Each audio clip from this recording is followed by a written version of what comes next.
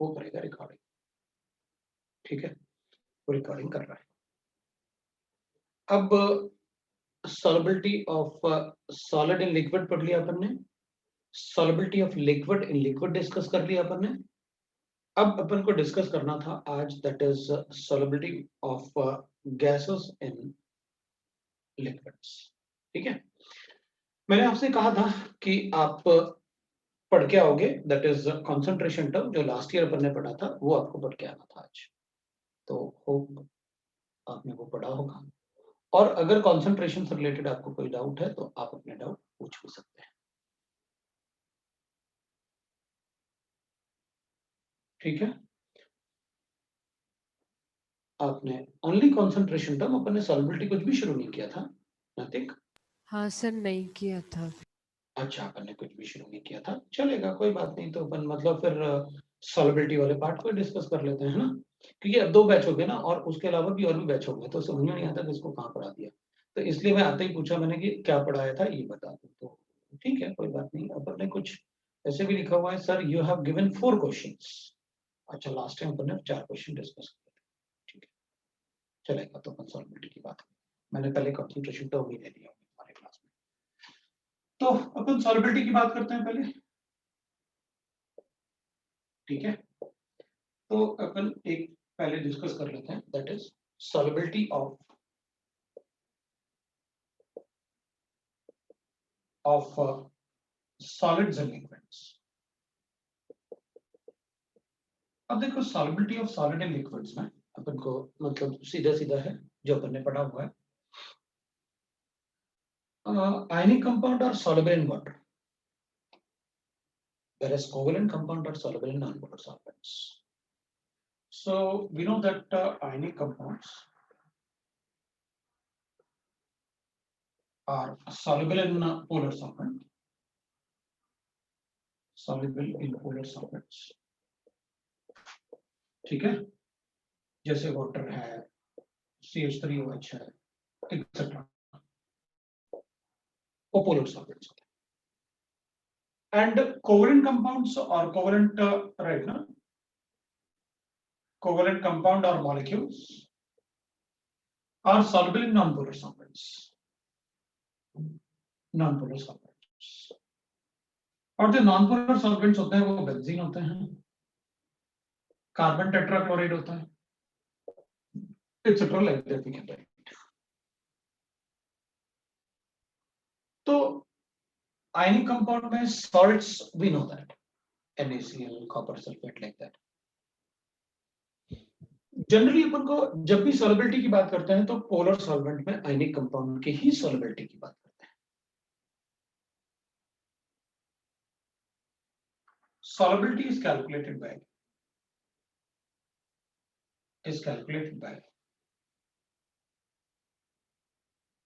change in enthalpy।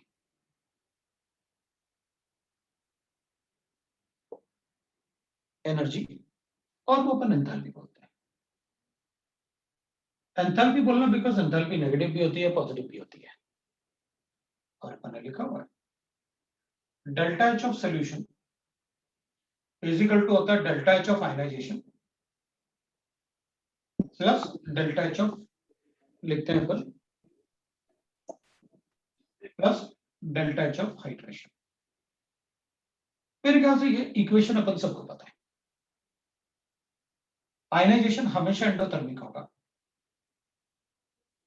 Always. Hydration हमेशा exothermic होगा, hydration हमेशा एक्सोथर्मिक होगा। आयनाइजेशन हमेशा एंडोथर्मिक होगा क्योंकि आयनाइज करने के लिए अपन को ब्रेक करना होता है, लेटेस्ट एनर्जी देनी होती है। और interaction of ions with the solvent is called, interaction of ion with the water is called hydration। तो अपन कहते हैं जैसे ये एंडोथर्मिक है, मान लो +5 एनर्जी यूज हुआ और -7 लिबरेट हुआ, तो ओवरऑल माइनस आ गया। ये एक्सोथर्मिक था तो माइनस था, ये एंडोथर्मिक था तो प्लस था, तो अपन कहेंगे ओवरऑल माइनस आ गया। ओवरऑल माइनस आएगा तो सॉल्युबल है। अपन लिखते हैं if delta H is negative, delta H of solution is negative, the compound is soluble in water, compound is soluble। ये बोलते हैं। If delta H is positive, of solution is positive, compound is insoluble. अपन कहते हैं भाई compound is insoluble.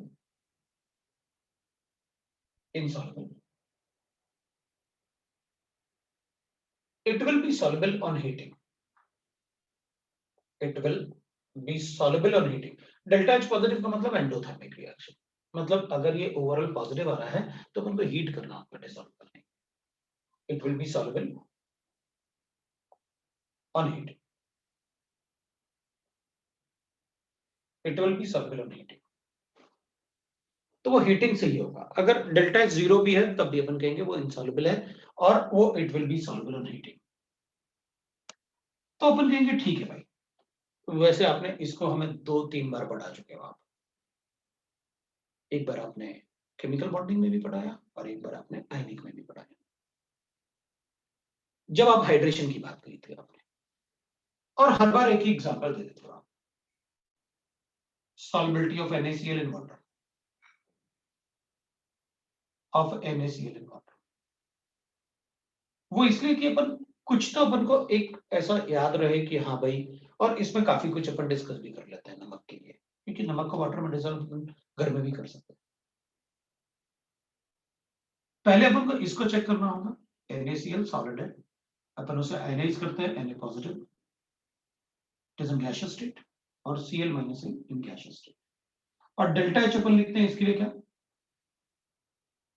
The delta H is plus 180 kilo calories. ये delta H होता है। और फिर अपन कहते हैं कि भाई पहले ये डिसॉल्व होगा गैसियस स्टेट, और डिसॉल्व होने के बाद फिर ये एक्वस मतलब वाटर में डिसॉल्व होगा, और वाटर में डिसॉल्व होगा तो अपन कहेंगे एक्वस है, तो ये Na पॉजिटिव एक्वस बनेगा और Cl माइनस इन एक्वस बनेगा। तो ये तो एक्सोथर्मिक होगा, इसका मतलब है डेल्टा H आप नेगेटिव बताने वाले हो मुझे, -179 किलो कैलोरीज पर मोल। ये बनने पड़ा। ओवरऑल एनर्जी एक्सचेंज देखेंगे तो ऑब्वियसली बात है, ऐड करूंगा तो ये तो कैंसिल हो जाएगा। अपने पास होगा कि मैंने नमक को पानी में डाला, एक्वस, तो क्या बना अपने पास, Na positive aqueous plus Cl minus aqueous, और डेल्टा H क्या आया, पॉजिटिव, +1 आया। इसका मतलब है नमक पानी में अपने आप नहीं घुलता, या तो हमें उसे स्टर करके 1 किलो कैलोरीज देना पड़ेगा, 1 किलो कैलोरीज स्पून से रोटेट करके, या तो हमें 1 किलो कैलोरीज देना पड़ेगा, अदरवाइज वो डिसॉल्व नहीं होगा, अदरवाइज मुझे बहुत देर तक वेट करना पड़ेगा, शायद हो जाए, वरना it is endothermic, we know that. So अगर किसी का delta H of solution positive आता है तो अपन कहेंगे इनसॉल्युबल। ये सारा पार्ट अपन ने किया हुआ है, ये आयनाइजेशन है, ये हाइड्रेशन है, इन दोनों का combination delta H of solution लेंगे। अगर वो नेगेटिव आया मतलब कंपाउंड अपने आप डिसॉल्व हो जाएगा, अगर पॉजिटिव आया तो कंपाउंड अपने आप डिसॉल्व नहीं होगा, आपको हीट करना पड़ेगा तब डिसॉल्व होगा। तभी तो नमक को जब खाना पकाते हैं, सब्जी बनाते हैं ना, तो जब बॉईल हो रही होती है सब्जी तभी डालते हैं, क्योंकि अपन को पता है उसका सॉल्युबिलिटी एंडोथर्मिक है। वरना अपन ऐसे भी तो कर सकते हैं, सब्जी बना लो बाद में नमक डाल देंगे, वो टेस्ट नहीं आता ना, क्योंकि वो डिसॉल्व नहीं होगा। ठीक है, अलग अलग टाइप से भी क्वेश्चन हो सकते हैं। अलग अलग टाइप से मतलब, अलग अलग टाइप से मतलब ऐसे कि भाई मैंने आपको ये दे दिया, मैंने आपको ये दे दिया, ये नहीं दिया, और मैंने आपसे बताया क्वेश्चन में दे दिया कि सोडियम और Cl माइनस इनका हाइड्रेशन एनर्जी का रेशियो इज ऐसा कुछ गिवन है, हाइड्रेशन एनर्जी रेशियो इज 6:5 ऐसे गिवन है। तो बताओ अलग अलग एटम से कितना हाइड्रेशन आया, तो अपन कहेंगे ठीक है भाई, पहले तो मैं टोटल हाइड्रेशन कैलकुलेट कर लेता हूँ, कितना 180 आया, हाँ 179, ये 180 गिवन था मुझे आयनाइजेशन, मेरे पास -179 आ गया, उधर से कैलकुलेट वो गिवन है तो ये अपना आयनाइजेशन था, ये हाइड्रेशन था। अब ये हाइड्रेशन तो दोनों के लिए है ना, ठीक है, तो रेशियो मुझे गिवन है, मैं वो रेशियो प्रोपोर्शन से कैलकुलेट कर लेता हूँ।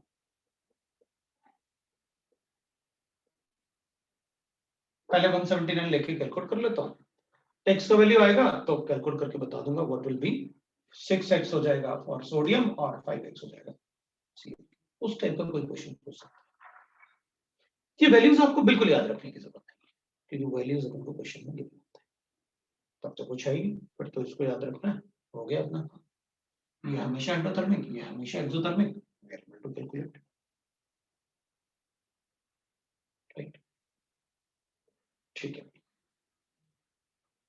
तो इस टाइप से अपन से पूछ सकते हैं क्वेश्चंस, या नया क्वेश्चंस को ऐसे बना सकते हैं, और अपन से क्वेश्चन में पूछ लेंगे कि what is the hydration energy of sodium and hydration energy of Cl, तो अपन कैलकुलेट करके बता देंगे भाई 11x equal to 179, so hydration energy of sodium will be equal to 6x, that is equal to 6 into 179 divided by 11, ऐसे बाकी को नहीं पता है, कर लेंगे अपन सब, कोई प्रॉब्लम नहीं, ठीक है ना। तो ये तो सॉलिबिलिटी हुई सॉलिड्स इन लिक्विड्स, अपन को डेल्टा एच से कैलकुलेट करना है, सारे वैल्यूज गिवन होंगे, अगर वैल्यूज गिवन होंगे तो मैं delta H of solution calculate करके बता दूंगा कि what will be the solubility, solubility होगी या नहीं होगी वो अपन कैलकुलेट करके बता सकते हैं। दूसरा चेक,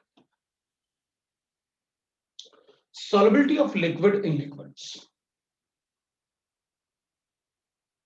तो अपन कहेंगे देखो भाई,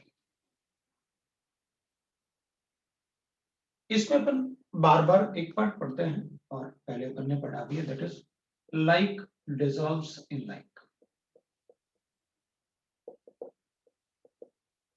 ये अपन बार बार पढ़ते हैं, लाइक डिसॉल्व इन लाइक, और वो लाइक डिसॉल्व इन लाइक का मतलब होता है कि पोलर सॉल्वेंट अगर है, solvent dissolves in polar solvents, मतलब ये लाइक हो गया, दोनों लाइक होने चाहिए, मतलब ये अगर पोलर सॉल्वेंट है तो दूसरा भी पोलर सॉल्वेंट होना चाहिए, पोलर सॉल्वेंट्स,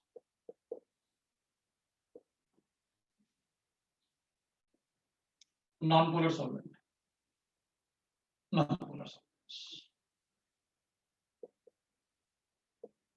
ये होगा भाई लाइक डिसॉल्व। अब अपने पास आएगा कि सर मुझे ये बताओ कि what are polar solvent, what are non polar solvent, मुझे पता तो रहे, तो मुझे कैसे पता चलेगा कि कौन सा पोलर सॉल्वेंट है कौन सा नॉन पोलर सॉल्वेंट है, तो अपन कहेंगे भाई सॉल्वेंट्स विच हैव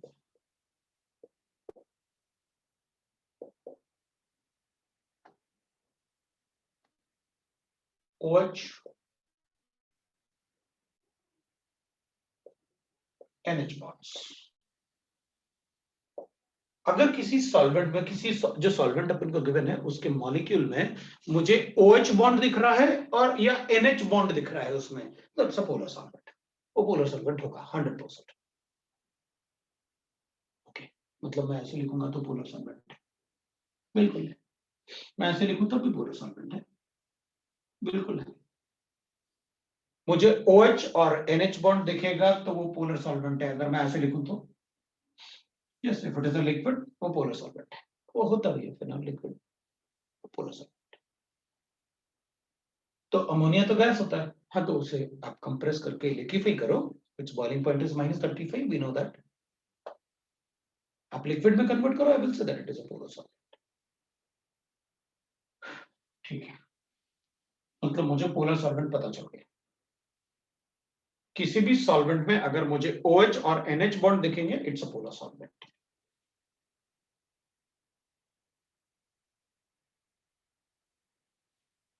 ठीक है, non polar solvent CCl4 C6H6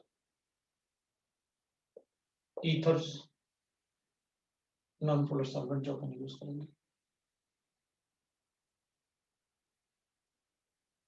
फिर हाइड्रोकार्बन्स, जो लिक्विड हाइड्रोकार्बन्स होंगे वो भी नॉन पोलर सॉल्वेंट्स होंगे। हाइड्रोकार्बन्स, थोड़ा सा लाइन दिख रहा है हाइड्रोकार्बन्स, मैं थोड़ा आगे कर लेता हूँ। हाइड्रोकार्बन्स, लिक्विड हाइड्रोकार्बन्स की बात की मैंने, लिक्विड हाइड्रोकार्बन्स।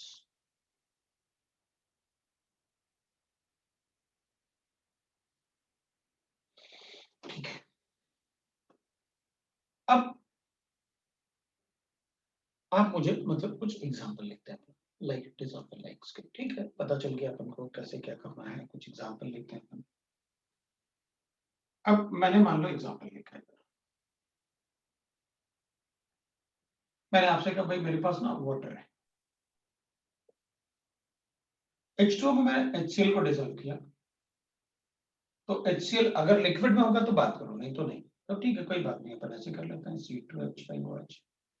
मैं H2O में C6H6 की बात कर लेता हूँ, मैं H2O में CH3OH की बात कर लेता हूँ, दैट्स अ सॉल्वेंट। मैं H2O में अमोनिया की बात कर लेता हूँ, दैट्स अ सॉल्वेंट। मैं C2H5Cl और C2H5Br की बात कर लेता हूँ, दे आर ऑल्सो लिक्विड्स। मैं इसमें C6H6 और C6H5CH3 की बात कर लेता हूँ। मैं इसमें H2O प्लस बेंजीन की बात कर लेता हूँ।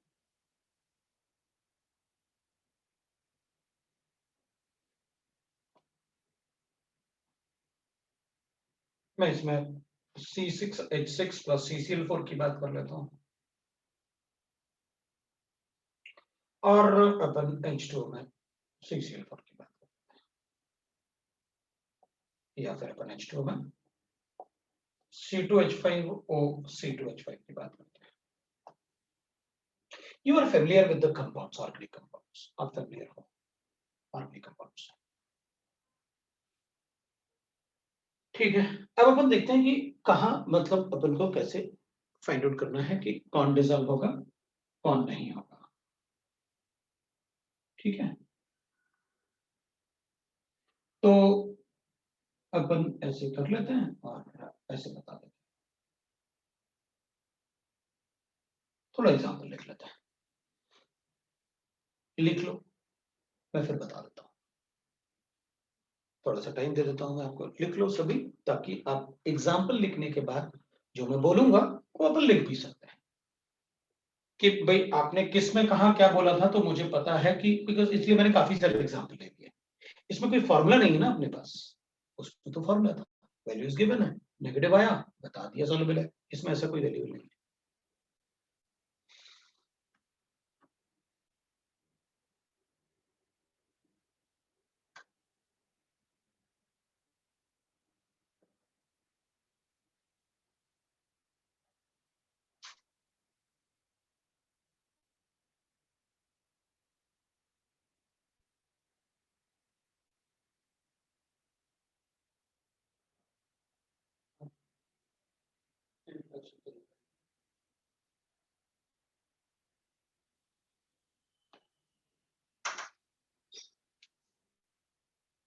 हो गया, चलो शुरू करते हैं।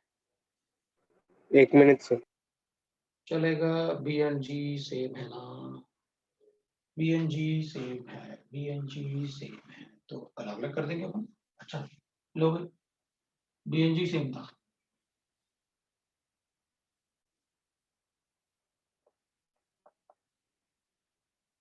ये लो,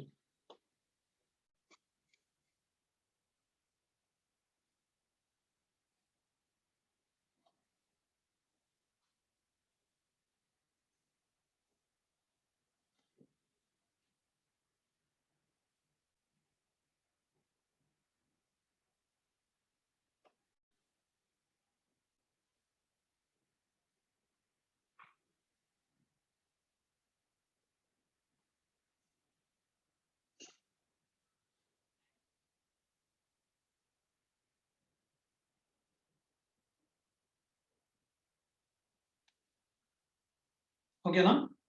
चलो देखते हैं। ये भी पोलर, ये भी पोलर है।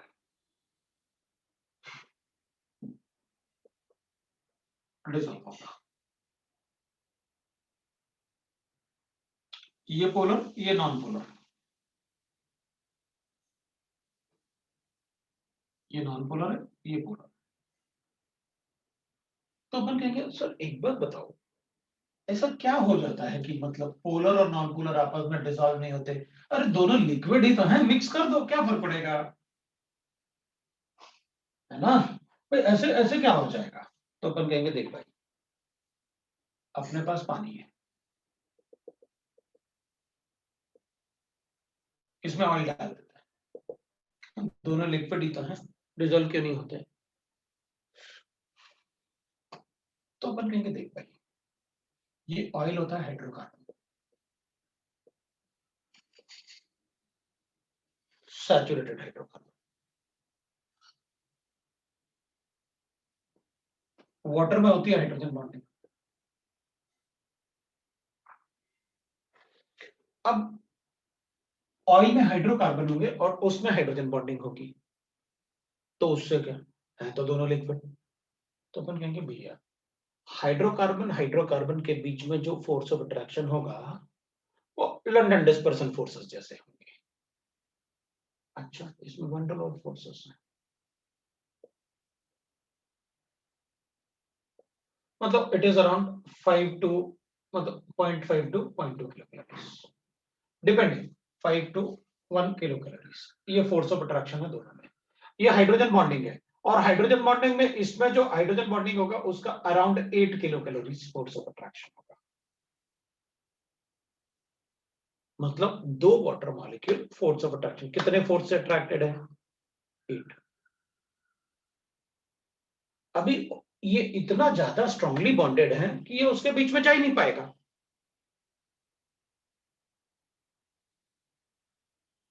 तो अपन कहेंगे कब जा पाएगा? जब दोनों के फोर्सेस में ऑलमोस्ट इक्वल हो। मतलब अगर मान लो ये 8 है और ये इसके नियर बाय मतलब 6 भी होता, 7 भी होता, तो भी मैं मिक्स कर देता।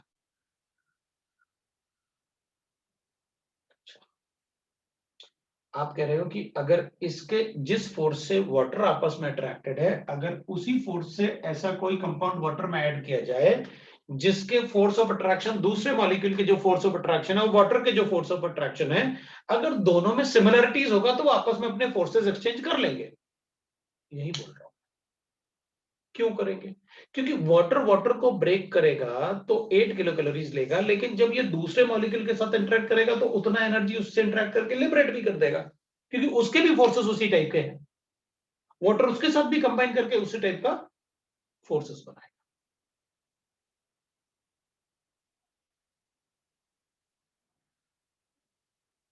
ओके,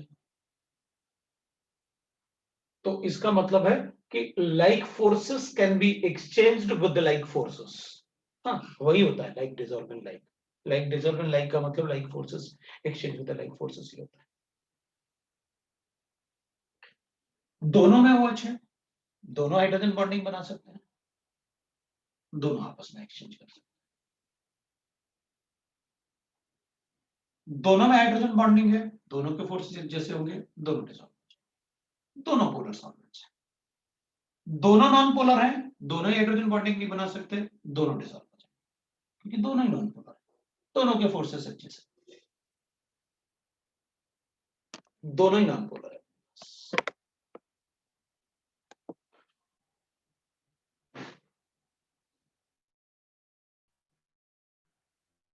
दोनों ही नॉन पोलर है, ये भी नॉन पोलर, ये भी नॉन पोलर, ठीक है,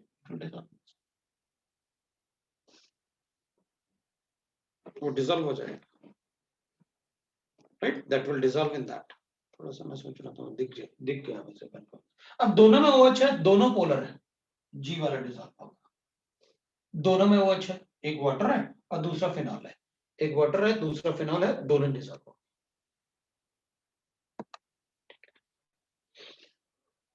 दोनों ही नॉन पोलर है, डिसॉल्व होंगे, because both are non polar.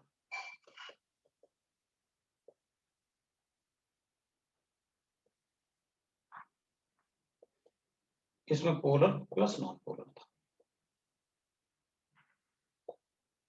Both polar,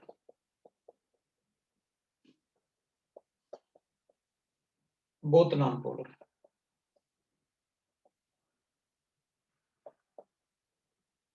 both polar,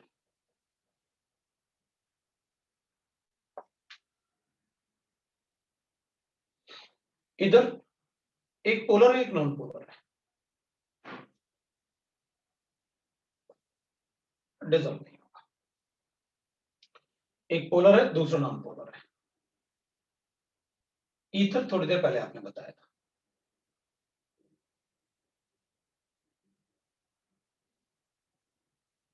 दोनों इसमें NH2 होगा है, तो NH बॉन्ड तो है, NH3 भी लिखते तो पॉजिटिव चार्ज लिखना पड़ता है, NH बॉन्ड तो है इसमें, NH बॉन्ड है तो बनेगा, both are polar.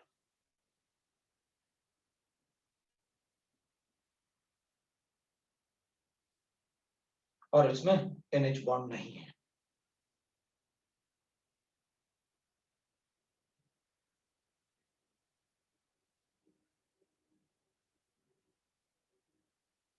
Non polar solvent.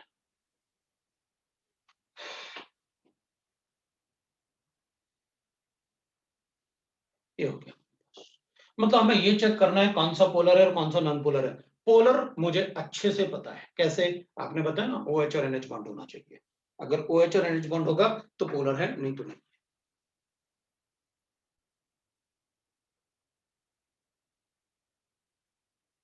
Yes,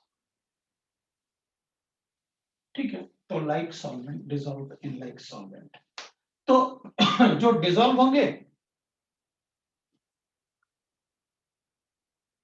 which dissolves are called miscible liquids, और जो डिसॉल्व नहीं होते वो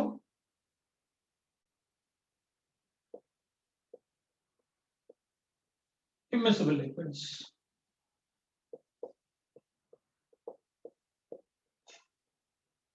उनको अपन immiscible liquid बोलते हैं, they are called immiscible liquids, they are called immiscible liquids।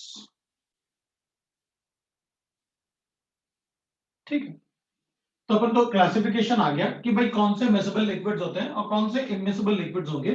तो जब भी ये वर्ड आप बोलोगे तो मुझे पता रहेगा कि इमिसिबल और मिसिबल का मतलब क्या होता है, मिसिबल लिक्विड्स और इमिसिबल लिक्विड्स क्या होते हैं। ठीक है, ये अपना सॉल्बिलिटी था फॉर लिक्विड्स इन लिक्विड्स, वो मेरे को पता चला। अब अपन चेक करेंगे third point, that is solubility of gases in liquids.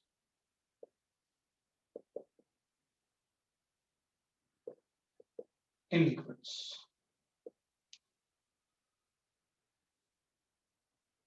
solubility of gases and liquids लिखते हैं।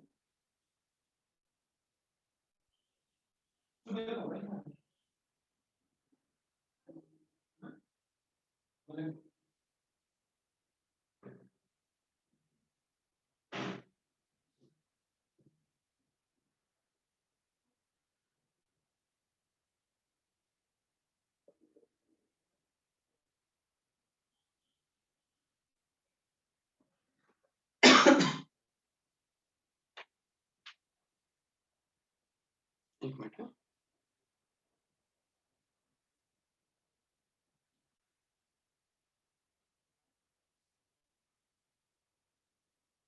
एक minute, upon gases and liquids पढ़ रहा हूँ मैं, क्योंकि फिर वो बच्चे, मतलब मुझे लग रहा है पता नहीं क्या है, उनको पता है कि क्लास है कि नहीं, क्योंकि शायद उन्होंने ज्वाइन नहीं किया ना, तो एक बार अपन देख लेंगे मुझे ना, क्योंकि ऐसा ना फिर मिस हो जाए, क्योंकि यहाँ से अगर गड़बड़ होगा, इससे गैसेस एंड लिक्विड से अपन को अच्छे से पता होना चाहिए।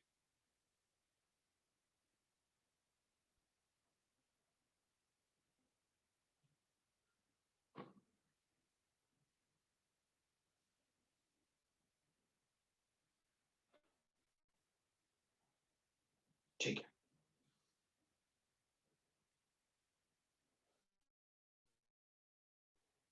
ठीक है, चलो शुरू करते हैं।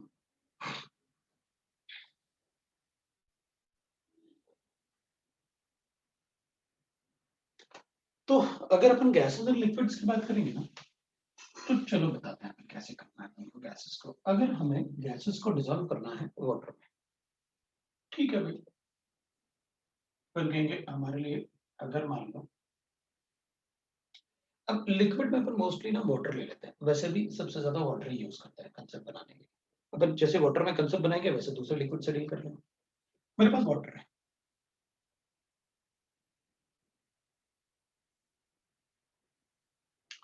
इसमें किसी गैस को डिसॉल्व करना है। मान लो ऑक्सीजन गैस को डिसॉल्व करना है वाटर में, तो क्या करना चाहिए अपन कहेंगे।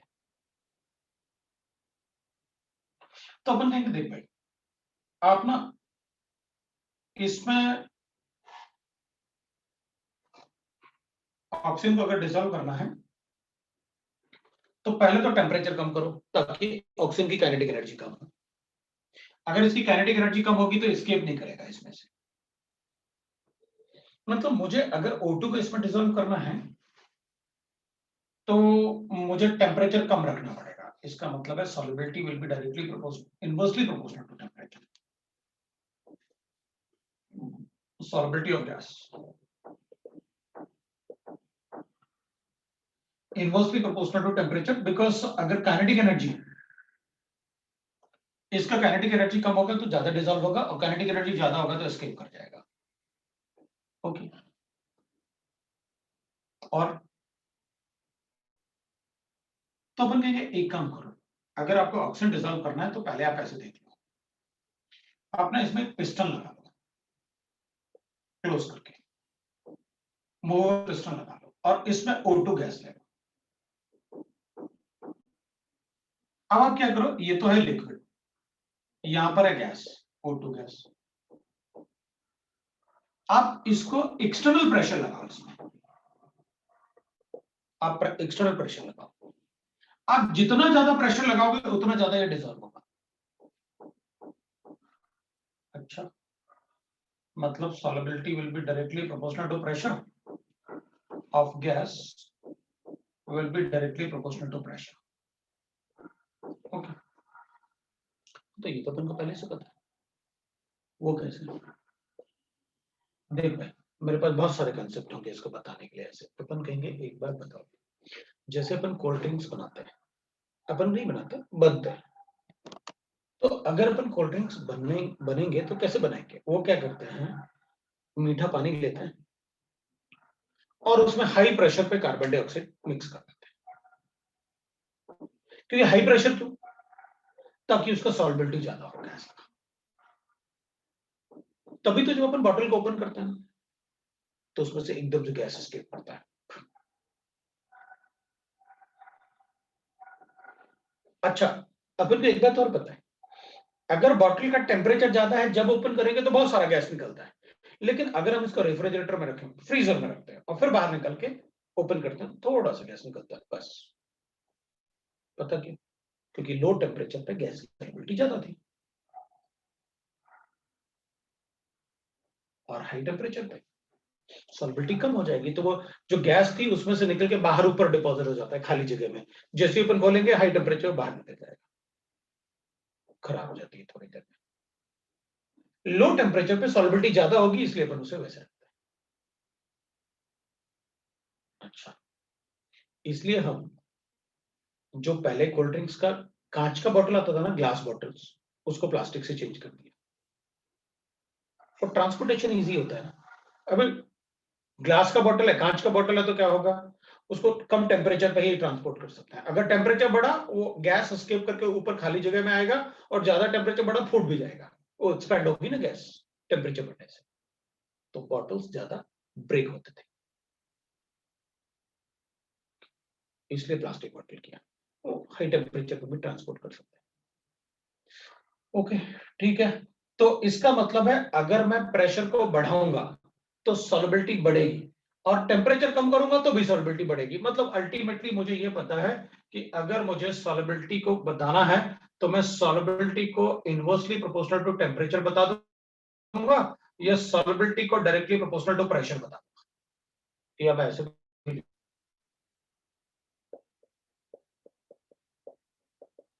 तो बोलोगे तो बता दूंगा। S1 T1 is equal to S2 T2, मतलब S into T is equal to constant। अब बताने की लिखने की जरूरत नहीं है, S is a solubility, T is a temperature, अपन को पता है, आप वही बता रहे हैं। या मैं ऐसे भी लिख सकता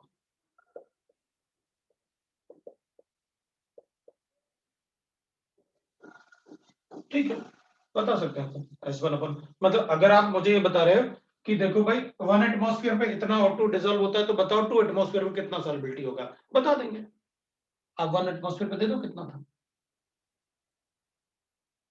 और अगर दोनों चेंज कर रहे हो तो हमें क्या फर्क पड़ता है, इनवर्सली प्रोपोर्शनल है, तो अपन क्या करेंगे, S into T divide by P करते हैं।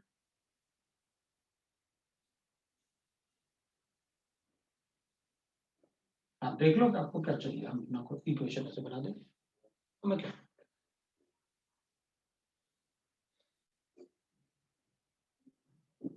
ओके। तो अपन कहेंगे मैं ऐसे लिख सकता हूँ क्या, मतलब सॉल्युबिलिटी को अपन मास भी बोल सकते हैं। सॉल्युबिलिटी को मास कैसे बोल सकते हैं, हाँ क्यों नहीं बोल सकते, केएसपी पढ़ा ना अपन ने, तो सॉल्युबिलिटी प्रोडक्ट में अपन ने बताया ना, सॉल्युबिलिटी प्रोडक्ट में क्या बताया भाई अपन ने, तो अपन कहेंगे अपन ने सॉल्युबिलिटी होता है moles per litre molecular mass से मल्टीप्लाई कर दो, भाई गैस का मॉलिक्यूलर मास तो होगा, तो मास हो जाएगा। इसका मतलब है mass of gas dissolved will be directly proportional to mass of gas dissolved in solvent is directly proportional to pressure of gas। मतलब आप मुझसे कह रहे हो कि m will be directly proportional to what, p, या फिर मैं लिख सकता हूं m1 p1 is equal to m2 p2, ठीक है लिख सकते हो, मुझे क्या फर्क पड़ेगा। तो मुझे कैसे पता चलेगा सॉल्युबिलिटी प्रेशर से डायरेक्टली प्रोपोर्शनल करना है या मास को directly proportional, unit, solubility given होगा तो मोल्स पर लीटर गिवन होगा, और ग्राम गिवन है, ग्राम पर लीटर, इसका मतलब मास गिवन है, ठीक है, ओके। इसका मतलब ये हुआ कि जितना ज्यादा एक्सटर्नल प्रेशर लगाऊंगा उतना ज्यादा गैस डिसॉल्व होगा, बिल्कुल, ये एक्सटर्नल प्रेशर लगाओगे आप जितना ज्यादा उतना ज्यादा गैस डिसॉल्व होगा, तो solubility will be directly proportional to pressure applied.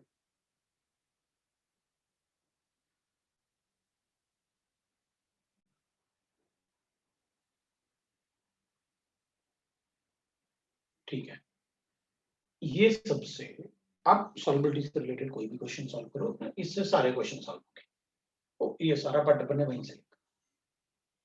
इसको देख के अपन को एक लॉ पढ़ते हैं अपन, that is called Henry's law. वैसे हेनरी को सब जानते हो, जानते हो हेनरी को, ओस्टवाल्ड ऑक्टोपस था ना, सब जानते होंगे, कार्टून नहीं देखते तुम लोग, देखते होंगे ना, हाँ तो सब लोग जानते हैं हेनरी और ऑस्टवाल्ड को। वैसे इस चैप्टर में ऑस्टवाल्ड भी आएगा, लगता है इसी चैप्टर को देख के कार्टून बनाया था। चलो देखते हैं, है ना, हेनरी लॉ। हाँ पहले आता था, अब नहीं आता, अब तो ढूंढते ही रह जाते हैं, अब तो सिंचन आता है, सिंचन, बड़ा मजा आता है ना, सिंचन की याद आ गया सिंचन। चलो देखते हैं, है?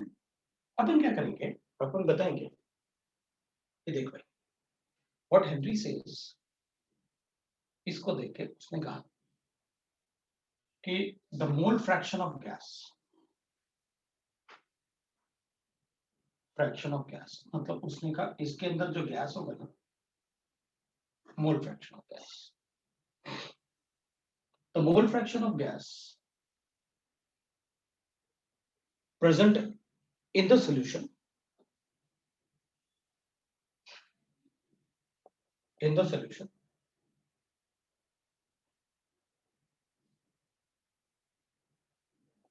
is directly proportional, is directly proportional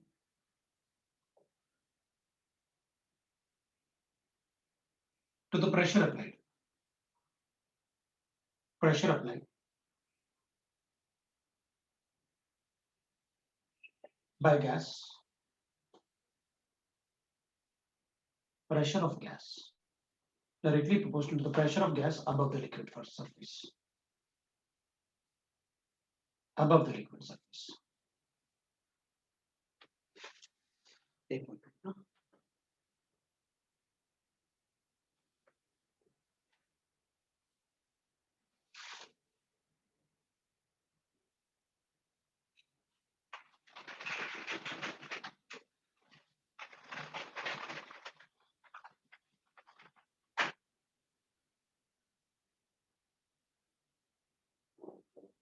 above the liquid surface.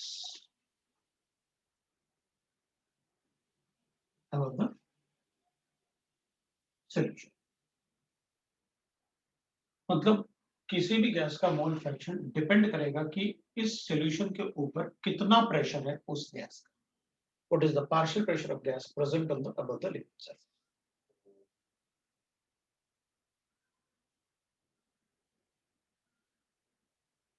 ठीक है भाई. That's at constant temperature. Constant temperature. ये डेफिनेशन अपन को दिया.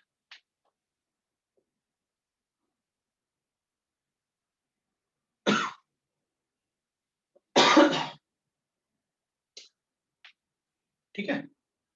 तो अपन क्या करेंगे, अपन लिखेंगे भाई इसमें दैट इज, अपन कहेंगे आपने जो लिखा है यहाँ पर उसके हिसाब से the mole fraction of any gas, मतलब इसको अपन ऐसे लिख सकते हैं, मोल फ्रैक्शन को एक से डिनोट करते हैं. So the mole fraction of any gas will be directly proportional to the partial pressure of the gas above the liquid surface. ये आपने बताया मुझे.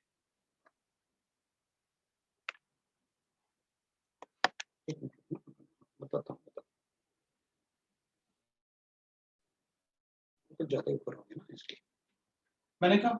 अगर इसके देखो, अगर ये प्रेशर ज्यादा होगा तो पार्शियल प्रेशर ज्यादा होगा गैस का. तो जितना ये प्रेशर आप लगाओगे उतना ही ज्यादा इधर प्रेशर जनरेट होगा गैस का, होगा ना. और जितना ज्यादा प्रेशर इधर होगा उतना ही ज्यादा गैस डिजॉल्व होगा इसमें. जितना ज्यादा आप प्रेशर यहाँ लगाओगे उतना ही ज्यादा मोल फ्रैक्शन होगा. अब डिजॉल्व होने का मतलब है कि मोल फ्रैक्शन बढ़ाना. जितना ज्यादा प्रेशर उतने ज्यादा मोल्स बढ़ेंगे सोल्यूशन में, और जितने ज्यादा मोल्स बढ़ेंगे उतना ज्यादा ऑब्वियसली बात है मोल फ्रैक्शन होगा. तो मैंने कहा mole fraction of a gas is directly proportional to the partial pressure of the gas that is given by Henry. तो ठीक है, अपन कहेंगे ठीक है भाई, तो अपन इसको लिख सकते हैं कि mole fraction of a gas will be equal to K into partial pressure of the gas. K into partial pressure of the gas. तो मैं इसको हटा रहा हूं, ठीक है ना. इसको हटा देते हैं फिर और चेक करते हैं what we have to write. अब अपन कहेंगे इसमें दैट इज कि इससे अपन लिख सकते हैं therefore partial pressure of a gas will be equal to 1 by K into mole fraction of a gas.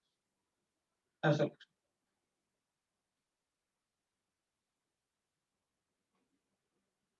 partial pressure of a gas will be equal to KH into mole fraction of gas. This is the equation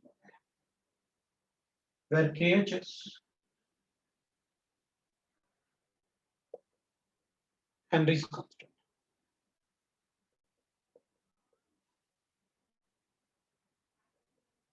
KH Henry constant. अब अपन क्या कहेंगे इस equation में, अपन कहेंगे देखो भाई, हम सबको पता है मोल फ्रैक्शन का कोई यूनिट नहीं होता. इसका मतलब है KH का यूनिट और पार्शियल प्रेशर का यूनिट एक जैसा होना चाहिए. Unit of KH is same as pressure of gas. जो इसका यूनिट होगा वो इसका यूनिट होगा क्योंकि इसका कोई यूनिट नहीं होता. अपन सबको पता है, ठीक है. दूसरी बात अपन कहेंगे देखो भाई, मान लो इन दोनों का दिस इज हेनरीज कांस्टेंट है KH. KH will depend on the nature of gas. It is different for different gases.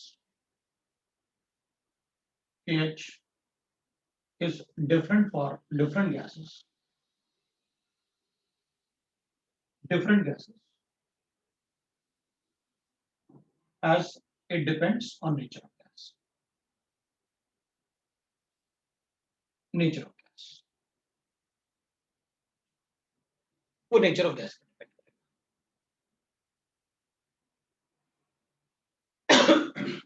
अब एक बात देखो, वैसे तो गैस का सॉल्युबिलिटी बहुत कम होता है, ठीक है, तभी अपन ने प्रोपोर्शनल लिखा। किसी भी गैस का, जैसे वाटर का सॉल्युबिलिटी लेंगे ना अपन पानी में, तो 1.3 इंटू 10⁻⁻⁴ ग्राम पर लीटर, बहुत कम होता है। तो वैसे बहुत कम होता है, तो अपन क्या बताएंगे, ठीक है, वो तो हमें डाटा गिवन होगा क्वेश्चन में, अपन को कोई डाटा याद रखने की जरूरत, और हाई टेम्परेचर होता है तो सॉल्युबिलिटी कम होती है, अपन को पता है। अपन क्या कहेंगे, अपन कहेंगे देखो भाई, मान लो प्रेशर अपने पास, इसका वैल्यू गिवन है 10, तो अपन कहेंगे मोल फ्रैक्शन और इन दोनों का प्रोडक्ट होना चाहिए 10। अगर किसी गैस के लिए इसका वैल्यू ज्यादा है तो इसका वैल्यू कम हो जाएगा। अगर इन दोनों का प्रोडक्ट ये है तो इसका वैल्यू अगर ज्यादा होगा तो ये कम होगा। इसका मतलब है कि अगर हेनरी कांस्टेंट का वैल्यू ज्यादा है तो सॉल्युबिलिटी ऑफ गैस कम होगी। अगर हेनरी कांस्टेंट का वैल्यू ज्यादा है तो सॉल्युबिलिटी ऑफ गैस कम होगी, क्योंकि फिर ये ज्यादा होगा तो मोल फ्रैक्शन कम हो जाएगा ना। मोल फ्रैक्शन ऑफ गैस कम होने का मतलब सॉल्युबिलिटी कम हो जाएगा। Right? Okay, so what we'll say that solubility of gas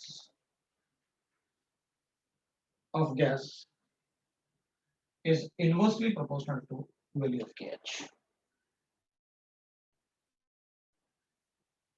अगर KH का वैल्यू ज्यादा होगा तो सॉल्युबिलिटी कम होगा।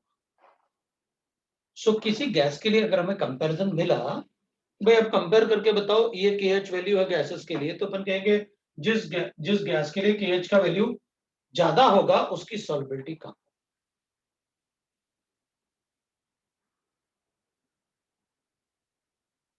This is Henry's law. इसको अपन ऐसे लिख सकते हैं, partial pressure of gas will be equal to KH। Mole fraction अपन को पता है क्या होता है, number of mole of gas divided by number of mole of gas plus number of mole of solvent. ठीक है, यहाँ आपने मोल फ्रैक्शन ही अलग लिखा हुआ, वरना तो यही आपने लिखा हुआ, कोई प्रॉब्लम नहीं। ये हेनरीज लॉ, ये अपना हेनरीज लॉ। अब अपन कहेंगे इसके कुछ लिमिटेशन भी होगी। वो क्या, एक तो होगा कि भाई टेम्परेचर बहुत ज्यादा नहीं होना चाहिए और प्रेशर कम नहीं होना चाहिए। Temperature must not be very high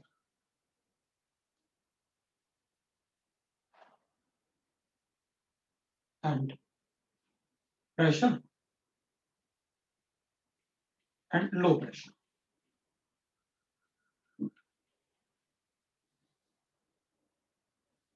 दूसरा,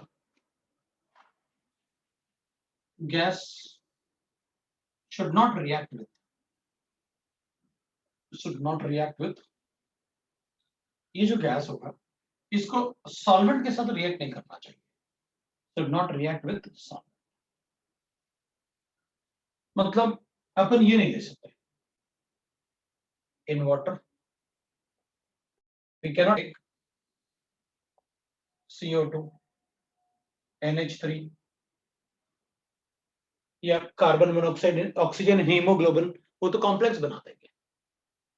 अगर ऑक्सीजन को लेंगे हीमोग्लोबिन में तो कॉम्प्लेक्स बना देंगे, तो उस टाइप के गैस जो मतलब रिएक्ट कर लें या कॉम्प्लेक्स बना दें किसी मतलब सॉल्वेंट के साथ, तो अपन उसके लिए ये लॉ एप्लीकेबल नहीं, वो रिएक्ट नहीं कर। ठीक है, एक एग्जांपल ले लेते हैं। Calculate the number of moles of nitrogen gas dissolve in nitrogen gas dissolved in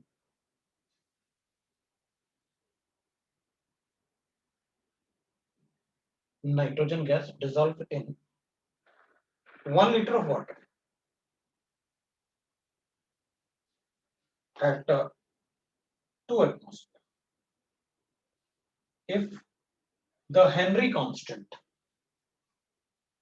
kH for nitrogen is 80 atmosphere, ये तो बताओ क्या आंसर आना चाहिए?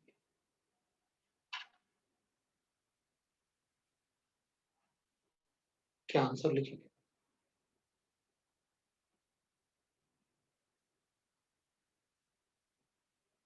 What should be the answer?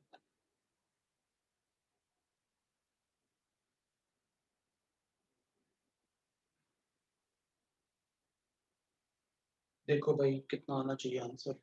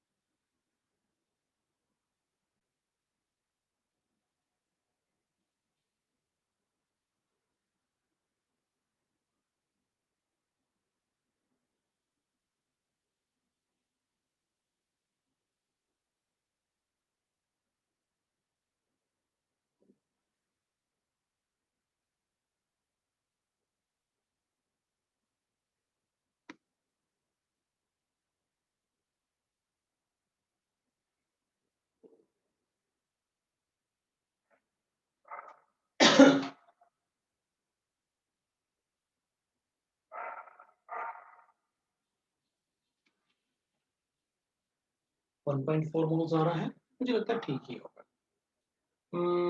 अपन इसको हटाते हैं, इस वाले पार्ट को हटाते हैं और यहाँ सॉल्व कर लेते हैं।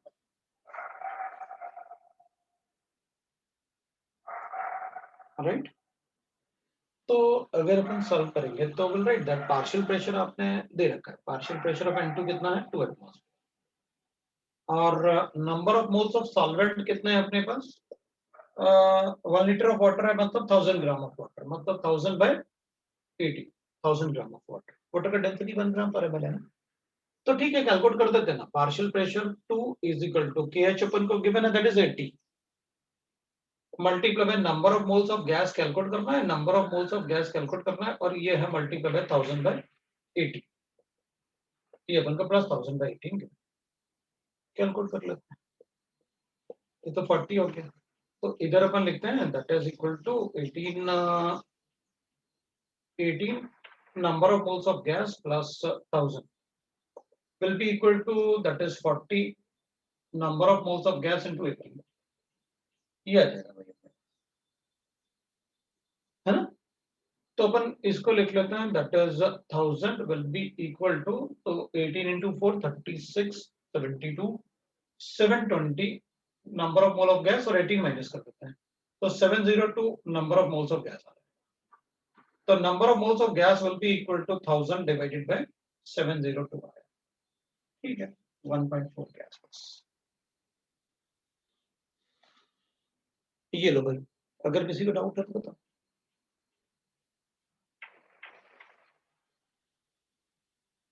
कोई डाउट नहीं तो ठीक है, मैं एक दूसरा क्वेश्चन देता हूँ। ठीक है, मैं एक दूसरा क्वेश्चन देता हूँ, अगर आपको कोई डाउट नहीं है तो एक क्वेश्चन आप करके दिखाओगे।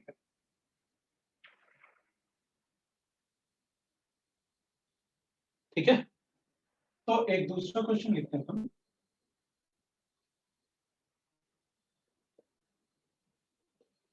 assuming air as a mixture of O2 20% and N2 is equal to 80%. Calculate the number of moles of O2 present in the solution. If KH for O2 is, that is 75, मैं इसको थोड़ा calculation easy रख रहा हूँ, 100 and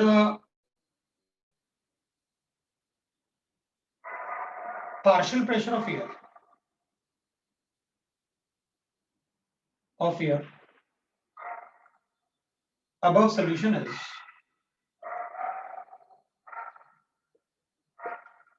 ten. ये मुझे क्या, तो बताओ कैसे कैलकुलेट करेंगे।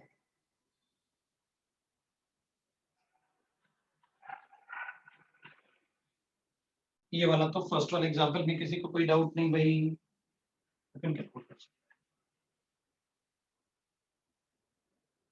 एट 100 एटमॉस्फेयर ना।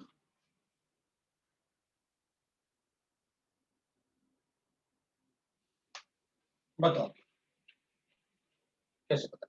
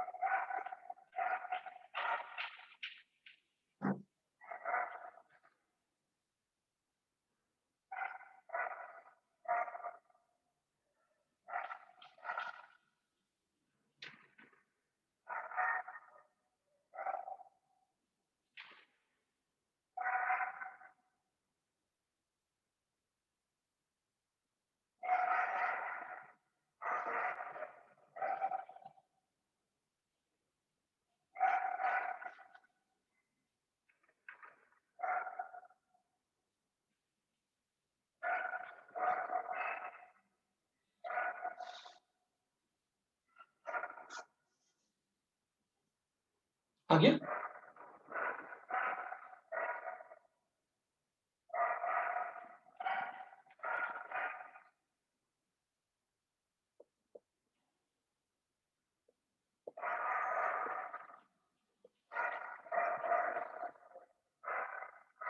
कैलकुलेशन भी इजी दे रहा हूँ तो partial pressure of O2 will be equal to KH of O2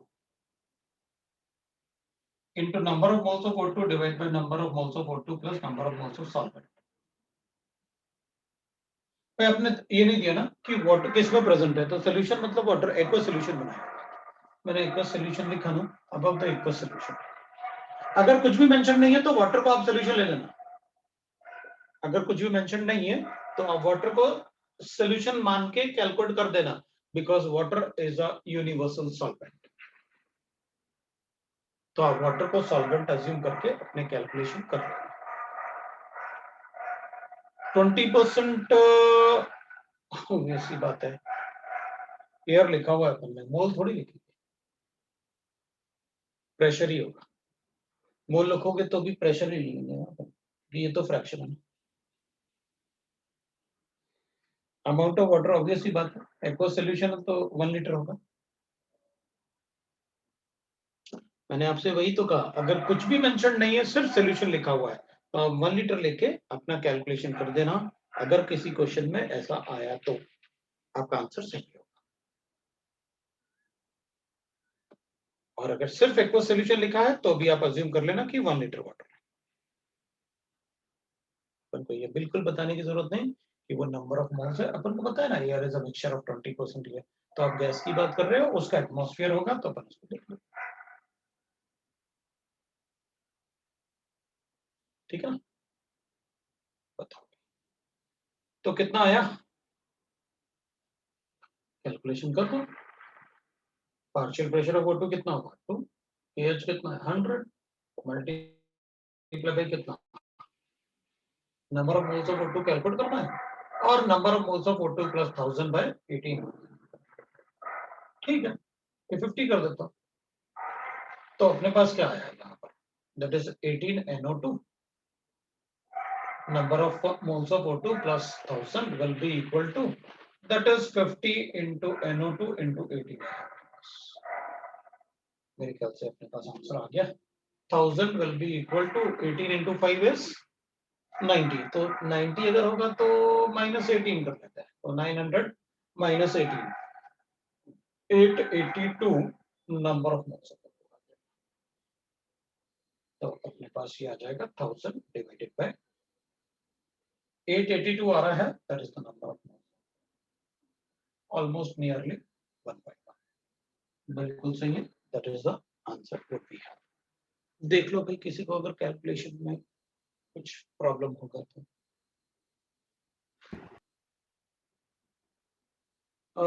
20% ना, तो अपन को गिवन है air is assuming air is a mixture of O2 and N2 only. तो अपन को ये बताना था कि भाई जब आप लिक्विड, आपको इतना सारा बताया है उसके लिए यही तो बताया है कि जैसे अपने पास कोई लिक्विड गिवन है तो यहाँ पर एयर प्रेजेंट है, तो एयर में अपन को क्या है भाई, एयर में तो N2 भी है और O2 भी है।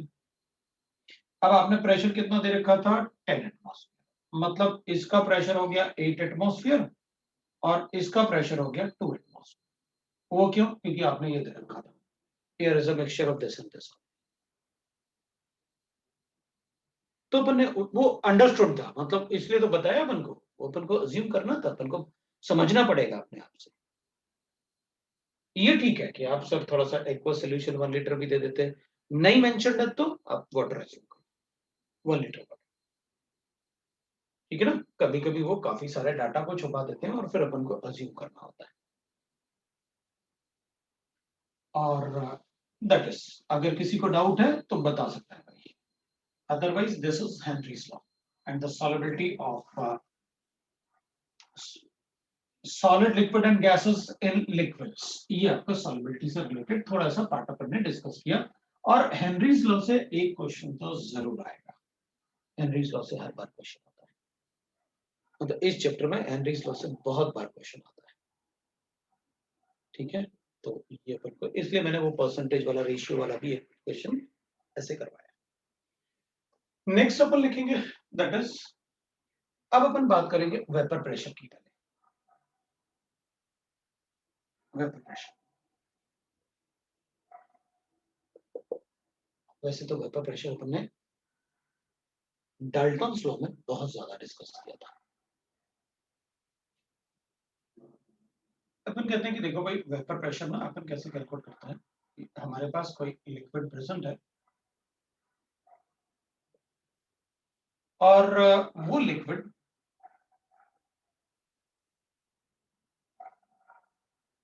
वेपर के साथ इक्विलिब्रियम में है, यहां पर वेपर है, यहां पर इक्विलिब्रियम होगा। तो अपन ने कहा था कि जब तक टेम्परेचर कांस्टेंट है ना, कंप्रेशन और एक्सपेंशन से वेपर प्रेशर चेंज नहीं होता, ये अपन ने डाल्टन्स लॉ में पढ़ा।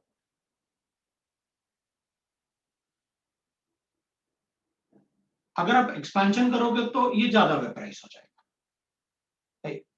अगर एक्सपेंशन करोगे तो वेपर्स का प्रेशर कम हो जाएगा, तो ये वेपराइज हो जाएगा, वेपराइज होगा तो वापस कांस्टेंट हो जाएगा, जैसे अपन ने लिखा हुआ for water.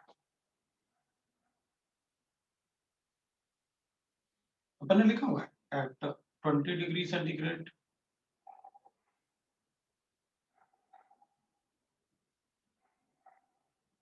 17.5 millimetre of mercury, 25 degree centigrade 23.8 millimetre, 90 degree centigrade 380 millimetre, 100 degree centigrade it is 760 millimetre. ये अपन ने लिखा, अपन ने पढ़ा हुआ है, इसमें सिर्फ 10 डिग्री राइज से डबल हो गया, मतलब जो वेपर प्रेशर का इक्वेशन होता है, वेपर प्रेशर जो होता है वो एक्सपोनेंशियली बढ़ता है। So vapour pressure is directly proportional to exponent of minus delta H of vaporisation divided by R T. R is universal gas constant and T is the temperature. तो अपन graphically अपन ऐसे बता भी सकते हैं, अगर मेरे पास वेपर प्रेशर है और टेम्परेचर के साथ उसका ग्राफ बनाना है तो ऐसे बनाऊंगा. वेपर प्रेशर का तो एक्सपोनेंशियल बढ़ेगा. राइट. सो इधर 5 डिग्री में थोड़ा बढ़ा, इधर बढ़ गया, इधर तो 10 डिग्री में ही डबल हो गया, मतलब एक्सपोनेंशियल बढ़ता है. वो ग्राफ आपको पता है, एक्सपोनेंट का ग्राफ फिजिक्स में पढ़ते हो, वो फिजिक्स में वो पहले पढ़ा आपने, बेसिक मैथ. तो अपन क्या कहेंगे, ठीक है भाई, vapour pressure is directly proportional to minus delta H of vaporisation divided by R. ठीक है. तो इसमें अपन क्या लिखे, वेपर प्रेशर को अगर कोई कहेगा डिफाइन करो तो क्या करेंगे, तो अपन कहेंगे ठीक है डिफाइन कर देते हैं at constant temperature.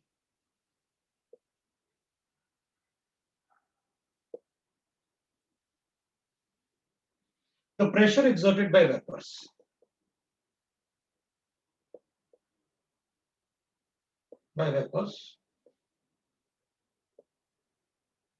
when they are in equilibrium are in equilibrium with the liquids is called vapor pressure. That is called the vapor pressure. ठीक है. तो जो ये तो अपने पढ़ा हुआ है कि भाई the pressure exerted by these vapors when they are in equilibrium. अब equilibrium word लिखने के बाद अपन को एक बात पता चल गया, when the rate of evaporation is equal to rate of condensation होता है. And that is equilibrium का मतलब वही होता है. A rate of evaporation is equal to rate of condensation. That is equilibrium.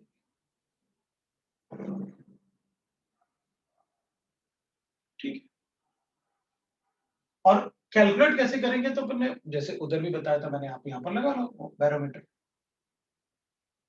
Closed end barometer, बता देंगे अपन आपको प्रेशर. उसमें मर्करी पुश करेगा, उधर जाएगा, वो हाइट इक्विलिब्रियम हाइट कैलकुलेट करेंगे, कैलकुलेट कर लेंगे उससे. Pi is equal to rho g H.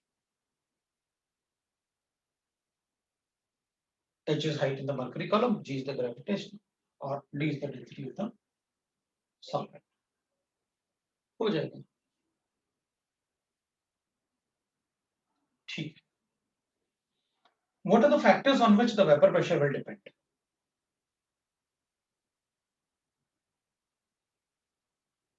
और डाल्टन्स लॉ में इस टाइप के क्वेश्चंस भी किया था. कंप्रेस करोगे प्रेशर बढ़ेगा तो इक्विलिब्रियम इधर शिफ्ट होगा, एक्सपैंड करोगे तो इक्विलिब्रियम इधर शिफ्ट होगा, टेम्परेचर चेंज करोगे तो वेपर प्रेशर चेंज होगा, बिकॉज इक्विलिब्रियम की बात कर रहे हैं ना. तो H2O in a liquid form is in equilibrium with H2O in a vapor form. अगर ये गैस है तो मैं इसके लिए Kp लिखूंगा, partial pressure of water in a vapour state. अब अपन को एक बात पता है, इस इक्वेशन में आप कुछ भी कर लो, Kp चेंज नहीं कर सकते आप जब तक टेम्परेचर चेंज नहीं करोगे.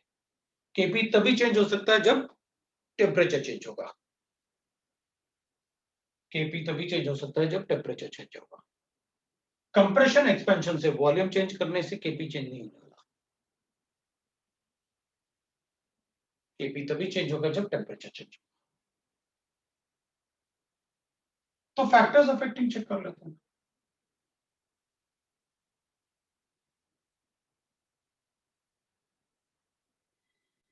Factors affecting the vapour pressure. अगर हम फैक्टर्स अफेक्टिंग की बात करेंगे, मैं ये वाला पार्ट हटा रहा हूँ. ये वाला पार्ट अपन को ऑलरेडी पता है और अपन ने लिखा हुआ है, तो इस पार्ट को हटा दें. ये डाटा अपन ने ऑलरेडी डाल्टन्स लॉ में भी लिखा हुआ है, तो इसको हटा देते हैं.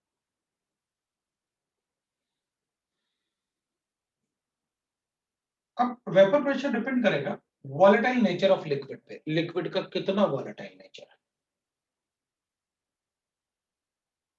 वॉलेटाइल मतलब बॉइलिंग पॉइंट किसका कम होगा वो ज्यादा वॉलेटाइल होगा, मतलब जो जल्दी उड़ता है वेपराइज होता है। जैसे पेट्रोल और पानी है तो पेट्रोल ज्यादा वेपराइज होता है। सो इसका मतलब है vapour pressure is directly proportional to volatile nature of liquid. जो लिक्विड ज्यादा वॉलेटाइल होगा वो जल्दी उड़ेगा, और जल्दी उड़ेगा तो उसका वेपर प्रेशर भी ज्यादा होगा। मतलब सेम टेम्परेचर पे जो लिक्विड ज्यादा वॉलेटाइल है उसका स्केपिंग टेंडेंसी ज्यादा होगा वेपर्स में, तो उसका वेपर प्रेशर भी ज्यादा होगा। तो जैसे अपन लिखेंगे एग्जांपल, तो अपन लिखेंगे देखो भाई, अगर मेरे पास पेट्रोल है ना तो H2O से ज्यादा वॉलेटाइल है।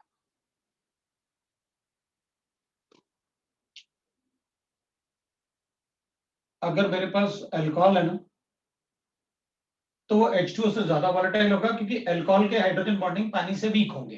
तो इधर ये हाइड्रोकार्बन वाला पार्ट है ना, इसकी वजह से उसका हाइड्रोजन बॉन्डिंग वीक होता है। तो हाइड्रोजन बॉन्डिंग वीक होगा मतलब दो पार्टिकल के बीच में कम अट्रैक्शन है, कम अट्रैक्शन है तो उनको सेपरेट करने के लिए ज्यादा कम टेम्परेचर चाहिए, तो जल्दी वेपराइज हो जाएगा। भाई वेपराइज होने का मतलब ये होता है, वेपराइज होने का मतलब ये बिल्कुल नहीं होता कि आप H2O के बॉन्ड ब्रेक कर दो। वेपराइज होने का मतलब है दो H2O को अलग अलग कर दो, ये वेपराइज होने का मतलब। तो अगर इन मॉलिक्यूल में ज्यादा अट्रैक्शन होगा आपस में तो इनको सेपरेट करना मुश्किल होगा, तो बॉइलिंग पॉइंट ज्यादा होगा। तो जिन मॉलिक्यूल में स्ट्रॉन्गर फोर्स ऑफ अट्रैक्शन होते हैं उनको उनका बॉइलिंग पॉइंट ज्यादा। पेट्रोल में तो हाइड्रोकार्बन्स होते हैं तो उनमें वीक वंडरफुल फोर्सेस होते हैं, तो उनका बॉइलिंग पॉइंट भी कम होता है। बॉइलिंग पॉइंट कम होता है तो उनको सेपरेट करना इजी होता है, तभी बॉइलिंग पॉइंट कम होता है। तो अगर आप मुझे ये बता दो कि इसका बॉइलिंग पॉइंट कितना है तो मैं अपने आप ही बता दूंगा कौन ज्यादा वॉलेटाइल है कौन कम वॉलेटाइल है। अदरवाइज कोई एग्जांपल ऐसा बनाना पड़ेगा जो इजी हो, जो हमें कॉमन सेंस से हम सोच सके।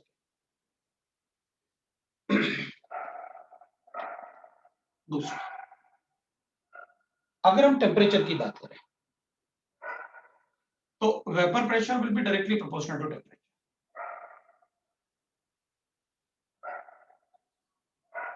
For vaporisation delta H is greater than zero. Obvious सी बात है, किसी को अगर लिक्विड को वेपर में कन्वर्ट करना है तो एंडोथर्मिक प्रोसेस होगा, और लिक्विड के लिए अपन को पता है अगर लिक्विड को वेपर में कन्वर्ट कर रहे होगा तो इक्विलिब्रियम आ रहा होगा उस पर्टिकुलर टेम्परेचर पे, और इक्विलिब्रियम आ रहा होगा तो अपन को पता है कैसे लिखना होता है, log of Kp2 upon Kp1 is equal to delta H of vaporization divide by क्या आएगा 2.303 R into 1 upon T1 minus 1 upon T। ये बता दीजिए 1 upon T1 minus 1 upon T2 अपने से बता दो। आप इसको P1 upon P2 भी लिख सकते हैं क्योंकि पार्शियल प्रेशर है ना। अगर आप Kp1 upon Kp2 लिखोगे तो ये वेपर प्रेशर है। अगर आप Kp2 upon Kp1 लिखोगे तो वेट ऑफ इक्वेशन होगा। अगर आप P2 upon P1 लिखोगे तो ये क्लॉजियस क्लेपेरॉन इक्वेशन हो जाएगा।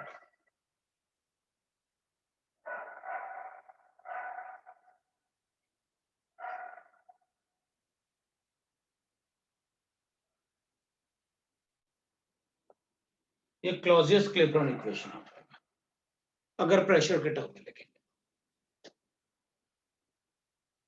तो vapour pressure will be directly proportional to temperature and for vaporisation delta H is greater than zero. Vaporisation के लिए डेल्टा H जो होता है ग्रेटर देन जीरो होता है।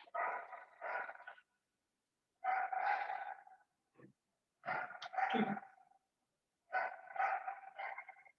और अगर टेम्परेचर चेंज करेंगे तो भी ना होता है भाई, ये तो हमेशा एंडोथर्मिक होगा। तो अगर T2 बड़ा है T1 से तो ऑब्वियसली बात है P2 बड़ा है P1 से, मतलब टेम्परेचर बढ़ा होगा तो वेपर प्रेशर बढ़ेगा, क्योंकि delta H is always positive for vaporisation. तो वेक्टर इक्वेशन में डिस्कस किया था।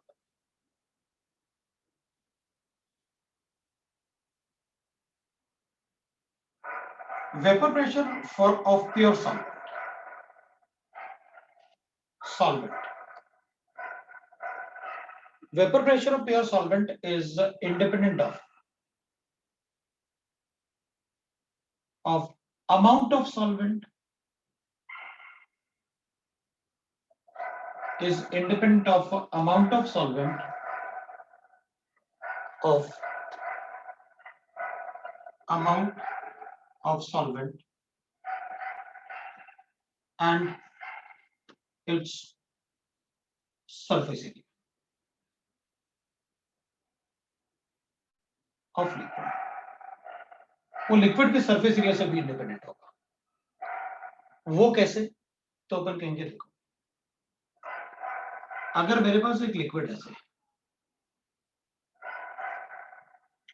मेरे पास ये वाटर है, इक्विलिब्रियम में लिक्विड एंड वेपर, और मेरे पास एक वेसल ऐसे है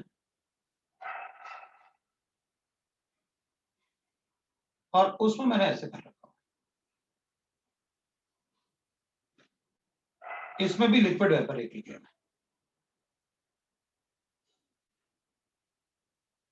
तो यहां पर जो वेपर्स होंगे ना, वो ना तो सरफेस एरिया एक्सपोज्ड उस पर डिपेंड करेगा और ना ही वो डिपेंड करेगा किस पे, अमाउंट ऑफ सॉल्वेंट, किसमें कितना अमाउंट है. मतलब एक ग्लास में पानी, एक ग्लास जो अपन पानी पीते हैं ग्लास से, वो ग्लास में पानी हाफ ग्लास भर के रखो और ढक दो, और एक बकेट को हाफ भरो और उसको भी ढक दो. अगर टेम्परेचर सेम है तो दोनों में वेपर प्रेशर सेम होगा. In both ways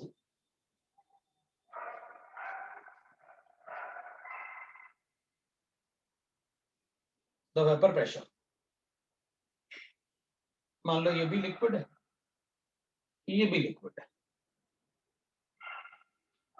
the vapour pressure of H2O at 25 degree centigrade is 23.8 millimetre of mercury. जो होता है, क्योंकि वाटर के लिए तो अपन को पता है ना कितना होता है, 23.8 मिलीमीटर ऑफ मर्क्यूरी होता है एट 25 डिग्री सेंटीग्रेड. तो वो दोनों में उतना ही रहेगा. इससे कोई फर्क नहीं पड़ता कि कितना अमाउंट है, कितना सरफेस एरिया है, कैसे है, उससे अपन को फर्क नहीं पड़ता. ठीक है. अब अपन कहेंगे देखो भाई, अगर मान लो फोर्थ पॉइंट की बात, अगर इसमें कोई अपने पास लिक्विड गिवन है और वो वेपर प्रेशर उसका अपन को गिवन है, इसका वेपर प्रेशर है, प्योर लिक्विड गिवन है, और उसमें अपन कोई सॉल्यूट ऐड कर देता है, non volatile solute. Non volatile मतलब जो उड़ता नहीं है. मिट्टी डाल दो, मिट्टी थोड़ी उड़ती है. अच्छा, मतलब आप ये कह रहे हो कि इसमें नॉन वॉलेटाइल सॉल्यूट ऐड कर दो.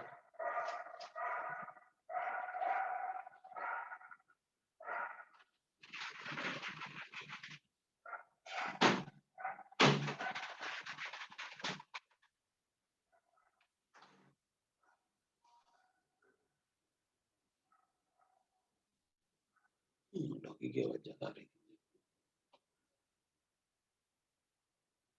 एग्जाम्पल ऑफ वॉलेटाइल सॉल्यूट कोई भी हो सकता है. Petrol volatile solute. Example of volatile solute. भाई सॉल्यूट क्या, कम अमाउंट में ले लो, पानी ज्यादा ले लो. तो पता तो है अपन को सॉल्यूट कैसे और सॉल्वेंट कैसे. तो अपन वॉलेटाइल लिख सकते हैं, उसको क्या फर्क पड़ेगा. अपन को तो अमाउंट से मतलब, अमाउंट से पता चलता है कि कौन सा सॉल्यूट है, कौन सा सॉल्वेंट है. तो अपन कहेंगे देखो भाई, फोर्थ पॉइंट में अगर volatile non volatile solute add करोगे तो डेंसिटी ऑफ सॉल्यूशन बढ़ेगा. और अपन को एक बात अच्छे से पता है, अगर डेंसिटी बढ़ेगा, अगर डेंसिटी बढ़ेगा तो इवेपोरेशन कम. अपन को पता है ना, सी वाटर कम इवेपोरेट क्यों होता है रिवर वाटर से. River water easily dry up हो जाते हैं रिवर्स, बिकॉज वो सॉफ्ट वाटर होता है, उसकी डेंसिटी कम. अगर हम पानी में नमक डाल दें तो उसका इवेपोरेशन कम हो जाएगा। वो क्यों? क्योंकि कुछ सरफेस एरिया नमक कवर कर लेगा तो वेपराइजेशन कम हो जाएगा। तो जिस स्पीड से इसको उड़ना चाहिए था, उड़ना मतलब अपन को पता है व्हाट आई मीन, थोड़ा सा अपन लिंग्विस्टिक लैंग्वेज में पढ़ते हैं तो अपन को क्लियरिटी से पता रहता है भैया क्या करना है, व्हाट वी डू। सो ये लिक्विड इवेपोरेट हो रहा है, वेपराइज हो रहा है, तो अपन क्या करेंगे, अगर हम नॉन वोलेटाइल सॉल्यूट ऐड करेंगे तो डेंसिटी ऑफ सॉल्यूशन बढ़ेगा, और डेंसिटी बढ़ेगा तो इवेपोरेशन बढ़ेगा। मतलब addition of non volatile solute decreases the vapour pressure at same temperature. मतलब एक प्योर सॉल्वेंट है और एक डेंसिटी ज्यादा है, एक सॉल्यूशन है, तो सॉल्यूशन का वेपर प्रेशर कम होगा प्योर सॉल्वेंट से। अगर ये भी वाटर है, ये भी वाटर है, इसमें वाटर में हमने नमक डाल दिया, मतलब NaCl ऐड किया, इसमें नहीं ऐड किया, तो इसका वेपर प्रेशर कम होगा इससे at same temperature.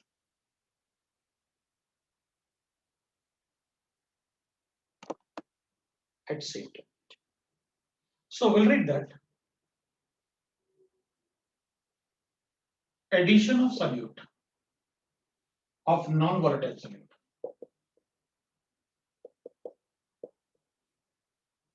always decreases the vapor pressure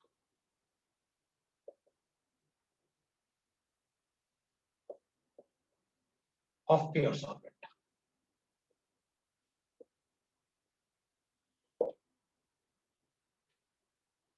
We know that.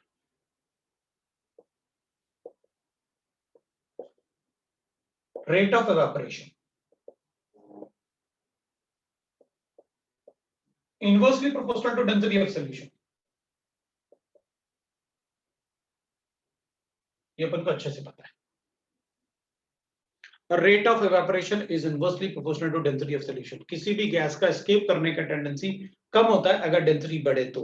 हाँ, तो ये तो अपने गैसेस के लिए तो ग्राम्स लॉ ऑफ डिफ्यूजन भी बताया था। ग्राम्स लॉ ऑफ डिफ्यूजन में क्या किया था अपन ने?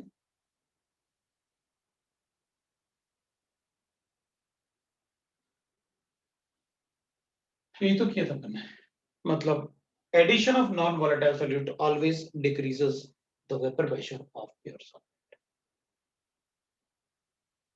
So vapor pressure of solution is less than vapor pressure of solvent, pure solvent. ये अपन हमेशा ध्यान on addition of non-volatile solute.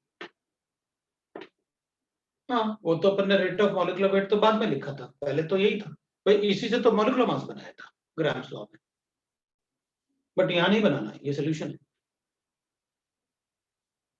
So this is about the vapor pressure. अब इससे आगे पर नेक्स्ट टाइम पढ़ेंगे, मैंने आपको होमवर्क दे रखा है, इससे आगे नेक्स्ट टाइम पढ़ेंगे। आप डीपीपी सॉल्व करो कंसंट्रेशन वाले। The solute can't decrease the density of solution. solute को ऐड करने के बाद ही तो डेंसिटी बढ़ रहा है सॉल्यूशन का, डेंसिटी ऑफ सॉल्यूशन थोड़ी चेंज कर रहे हैं। सॉल्वेंट बोलो ऐसे कुछ, सॉल्यूशन तो है ही, उसको ऐड करने के बाद ही तो सॉल्यूशन बनेगा, राइट? ठीक है, तो आज इतना ही पढ़ते हैं अपन। किसमें वेपर डेंसिटी था? हाँ, तो रेट ऑफ इवेपोरेशन बोल रहा हूँ ना, तभी तो बोल रहा हूँ, वेपर डेंसिटी हो या वेपर हो एक ही बात है ना, उससे क्या फर्क पड़ेगा? वेपर डेंसिटी कभी नहीं था, उसमें डेंसिटी ऑफ सॉल्यूशन था, डेंसिटी ऑफ गैस था, वेपर डेंसिटी कभी नहीं होता बेटा, डेफिनेशन देखना आप हमेशा, अगर वेपर डेंसिटी लिखा हुआ है तो चेंज कर लेना, डेंसिटी था ग्राम्स लॉ, ठीक है? सर हाँ बोलो। नेक्स्ट डाउट सेशन कब होगा? डाउट सेशन अभी तो नहीं बता सकता बेटा, मतलब देखता हूँ मैं, टाइम टेबल जैसे ही होगा तो लगा दूंगा। Okay sir. ठीक है।